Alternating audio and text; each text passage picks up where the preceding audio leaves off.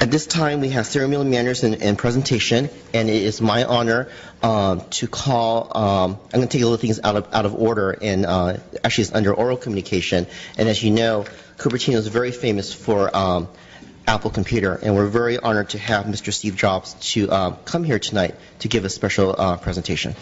Mr. Jobs.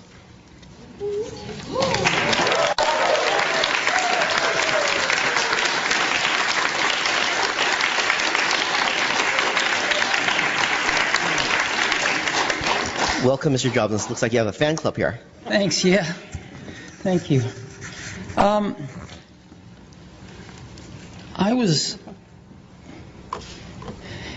Apple's growing like a weed. And as you know, we've always been in Cupertino. Started in a little office park and eventually got the buildings we are in now at the corner of De Anza and 280. But and those buildings hold maybe 2,600 people, 2,800 people. But we've got almost 12,000 people in the area. So we're renting buildings, not very good buildings either, at an ever greater radius from our campus. And we're putting people in those. And it's clear that we need to build a new campus. So we're just out of space. And that doesn't mean we don't need the one we've got. We do need it. But we need another one to augment it. And so we've got a plan that lets us stay in Cupertino. And we went out and we bought some land. And this land is kind of special to me. When I was 13, I think, I called up Hewlett and Packard were my idols. And I called up Bill Hewlett because he lived in Palo Alto and there were no unlisted numbers in the phone book, which gives you a clue to my age.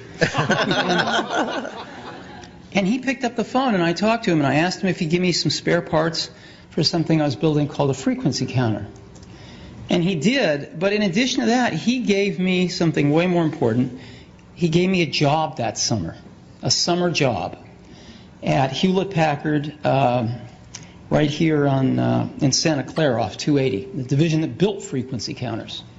And I was in heaven.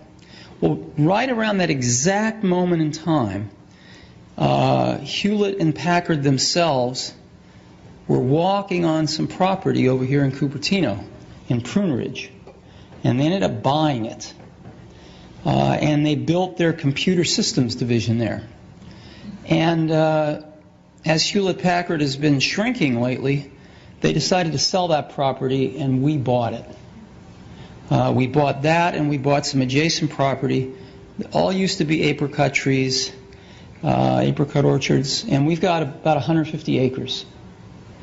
And we would like to put a new campus on that so that we can stay in Cupertino. And we've hired some great architects to work with, some of the best in the world, I think. And we've come up with a design that puts 12,000 people in one building. I mean, think about that. That's rather odd. 12,000 people in a building, in one building. But we've seen these office parks with lots of buildings, and they get pretty boring pretty fast. So we'd like to do something better than that, and I'd like to take you through what we'd like to do. So this is supposed to work here. There we go. Can you see this? Yep. Yes, we can. Great. So here's where we are today, which is on Infinite Loop Drive, again at the intersection of De Anza and 280. Mr. Jobs, you can actually draw on the screen. That's how high-tech we are. Oh, good. Use your finger. So instead of pointing in the air, you can just draw. I don't really need to draw on the screen. It's okay. You can see it clearly. And what we've done is we've bought this land right here.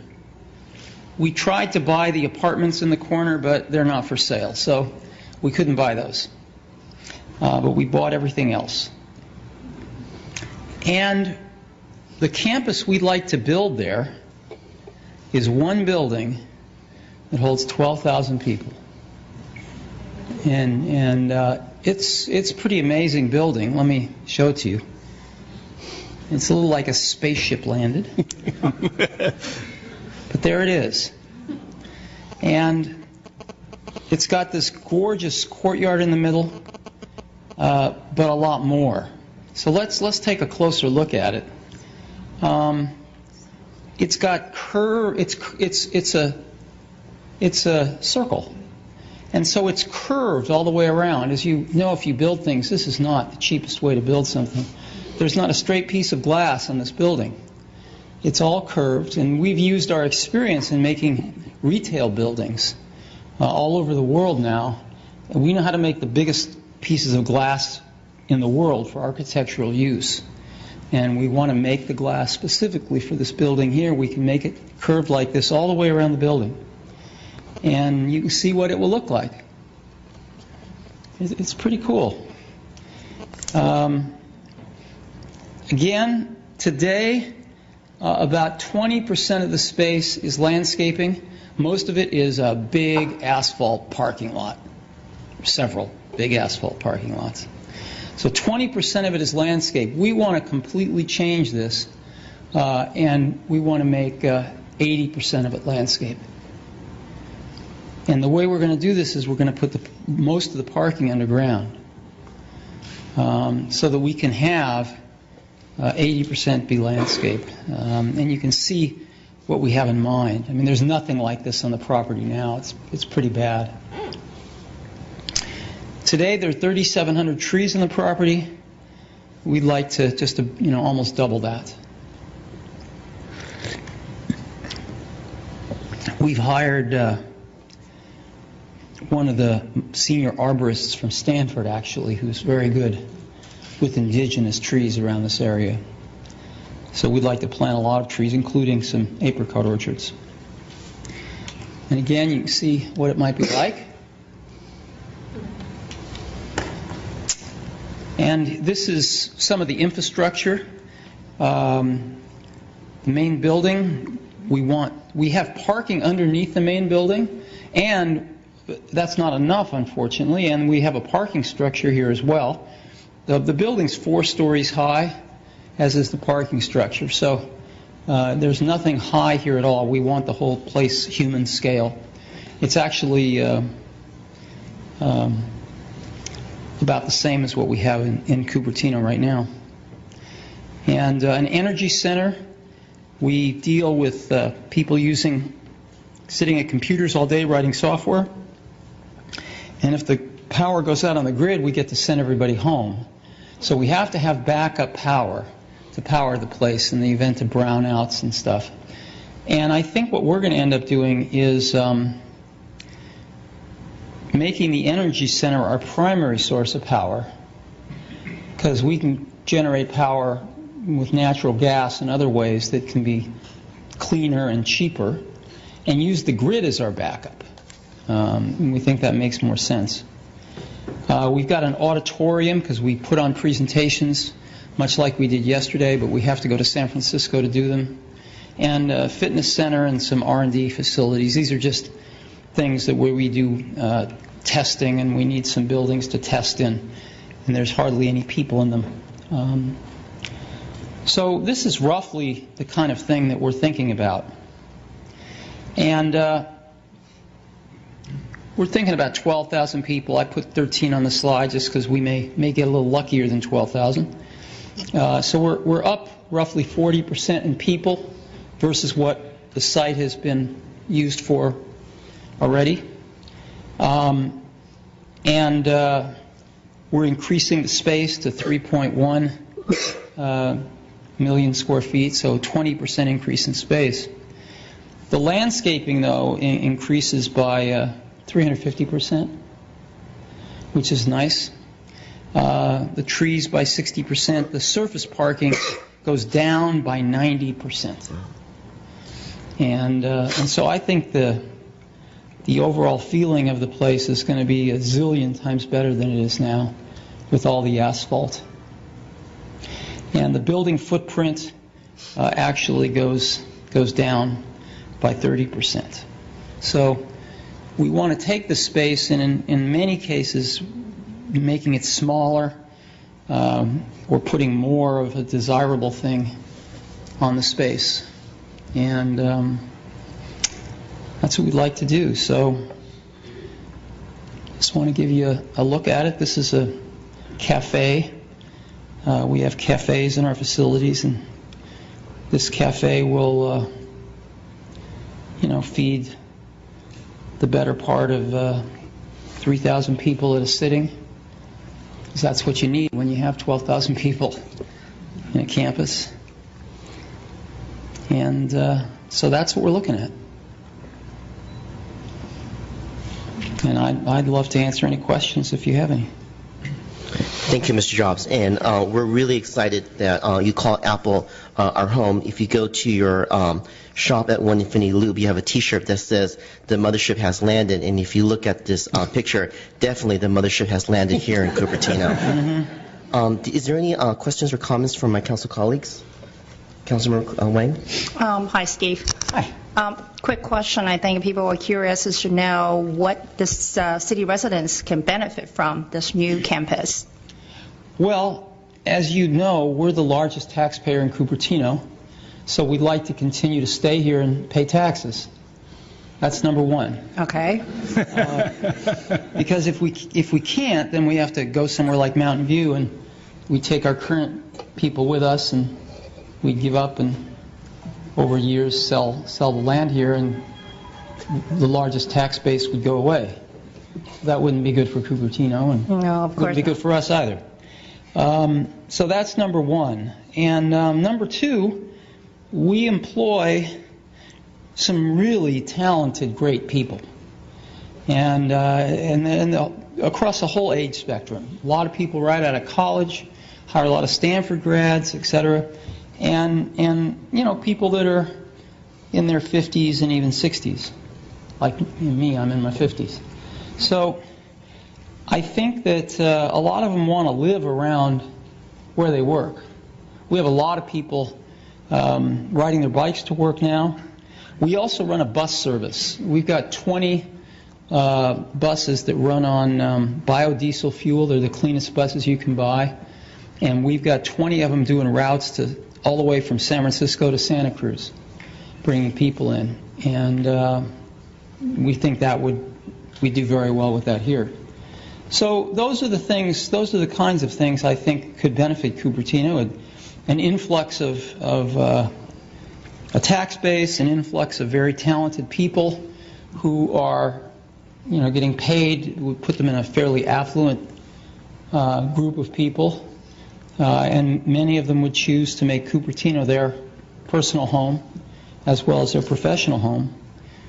I think there's a lot there. Plus, a whole lot of trees and True. Those are a lot great. less asphalt. Those are great things. I think it'd be more specific. It's that, do we get the free Wi-Fi or something like that? Well, see, I'm a simpleton. I've always had this view that we pay taxes and the city should do those things. That's why we pay taxes. Now, if we can get out of paying taxes, I'll be glad to put up Wi-Fi. We should use our sales tax, part of that, to provide the iPad or something to our residents and then get a free Wi-Fi. Yeah, I think we bring a lot more than a free Wi-Fi. And so... Totally agree. Well, thanks so much. Sure. Councilmember Honey? Yeah, so first of all, it was interesting your throwback to HP. As a 35-year HP employee, most of it on the Cupertino campus in those buildings there. Obviously felt sorry when I heard that they were consolidating and moving. But now that we've seen your plans, the word spectacular would be an understatement. And I think that everybody's going to appreciate what clearly is going to be the most elegant headquarters, at least in the U.S. that I've seen. So we definitely appreciate the work that's gone into it and look forward to working with you to move it through the process. Thank you. I think we do have a shot of building the best office building in the world. And I really do think architecture students will come here to see this. I think it could be that good. So Appreciate it. Yeah, thank you. Councilmember Chang? Yeah, Mr. Job, thank you very much for coming. Sure. We met, the city manager and I met Mr. Cook and Mr. Oppenmeyer and also Terry at your campus and see the concept. It's a very good one. I do have a question about, at that time they mentioned about the current Infinity Loop will remain the same. The employee will stay there, right? Yeah, we need both to hold everybody. So that one will host about 8,000, 9,000 people? No. 20. No, about 2,600. Oh, 2,600, okay. Yeah. And then this one will host 13,000, okay. 12,000. 12,000, okay. That's our current. All right. So then my concern is, last time I forgot to ask Terry about the safety issue, because you have only one building, has so many people there, so all the safety will be put into consideration, like a fire, everything. Oh, of course. Okay. Yeah, no, we spend a ton of time identifying and hiring what we think are the best people in the world at doing what we do. The last thing we want is for anybody to get hurt. Okay. So, yeah, of course, we're going to, the whole building has to be designed with pretty precise requirements for safety, but we'll even go beyond those. Sure. And then the second question is, because the increase of the employment, the resident is concerned also about the traffic. So you have any plan to alleviate the traffic? Well, we're not increasing the employment by much. You're not? No. Okay. It's by like 20%. So we're not increasing it by much. Okay. All right. Also, I know you care about the air quality. Yes. I understand that you are not allow any employees smoke inside the building, right? Correct. So. Both my parents died of lung cancer from smoking, so I'm a little sensitive on that topic. Sure. So I just want to let you know, be aware. I don't know you're aware or not. There's a Lehigh Southwest cement plant nearby has air pollution to this area. Are you concerned about that? Are you aware of that? What is it? The cement plant is polluting the air in the entire area. Cement plant, that's the Kaiser? Yeah, 24001 Stevens Creek. I grew up about 5 blocks away from that, 6 blocks away. Oh, okay. So I'm pretty familiar with the Kaiser plant. Okay. And, yeah, I think it'd be great if the Kaiser plant wasn't there, but, they bought the land fair and square, so probably they're not going anywhere. Okay. But if you kick Kaiser out, I wouldn't cry. All right, thank you. Thank you, Councilmember Chang. Councilmember Wang, you have a very quick question, right? Oh, yeah, very quick question. Steve, can you give us the estimate timelines and when you plan to submit the plan and when you're going to do the groundbreaking and when we can see the real building? Yeah, well, I ask that question a lot of our people, too. We want to submit plans fairly quickly. We want to break ground next year, and we want to move in 2015. 2015? Yeah. Okay. All right, very good. Thank you so much. We're really honored to have you to be here. I know it's not easy to get you here. And I think your technologies really make everybody proud. And we put Cupertino in together with Apple. Now we're really proud of it. Well, thanks. We're proud to be in Cupertino, too. Thanks. Thank you, Councilmember Wang. I think she stole my question. I was going to ask you when did you break ground so you can start collecting those sales tax dollars from you. No, exactly. But when Chris and I met with Mr. Jobs, I found out a little bit more about him. Is that actually he is a hometown boy. Graduated from Cupertino Middle School, where my daughter's going. Went to Homestead High School. So Mr. Jobs is very well familiar with the city of Cupertino. So we're very fortunate that you found it here in Cupertino. You decided to expand here in Cupertino. There's many choices across the country, and I'm sure that many governors and many mayors said, please come to us, but you decided to stay here. And I think it's because Cupertino is such an innovative place, a diverse place, and educational-wise that we have such wonderful schools, and later on we'll hear some other students on how they got awarded and our schools are doing so well. One thing that I want to ask you is to keep in mind is giving back to the community. And one thing that we would love to do and ensure that our staff will talk about is that we don't like going to Valley Fair or going to Los Gatos for an Apple store. We would love to have an Apple store here in Cupertino. Yeah, And I can show you. I even have my iPad 2 here, which I love this technology here. So if it cooperates with me, but this is wonderful. It's a wonderful technology, and my 11-year-old just loves this iPad 2. Yeah, the problem with putting an Apple store in Cupertino is there just isn't the traffic. So I'm afraid it might not be successful. If we thought it'd be successful, we'd love to. We'll help you make it successful.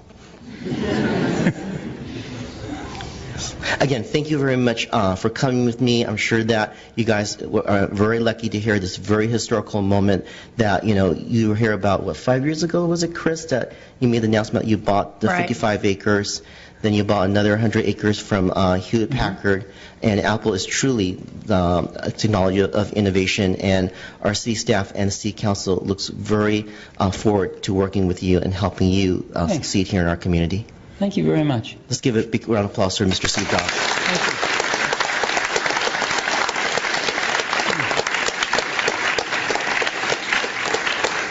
you. Well, we'll get back to working on our plans so we can get back to you as quick as possible. Sure. Thank you very much, Mr. Jobs. Thanks. Thank you.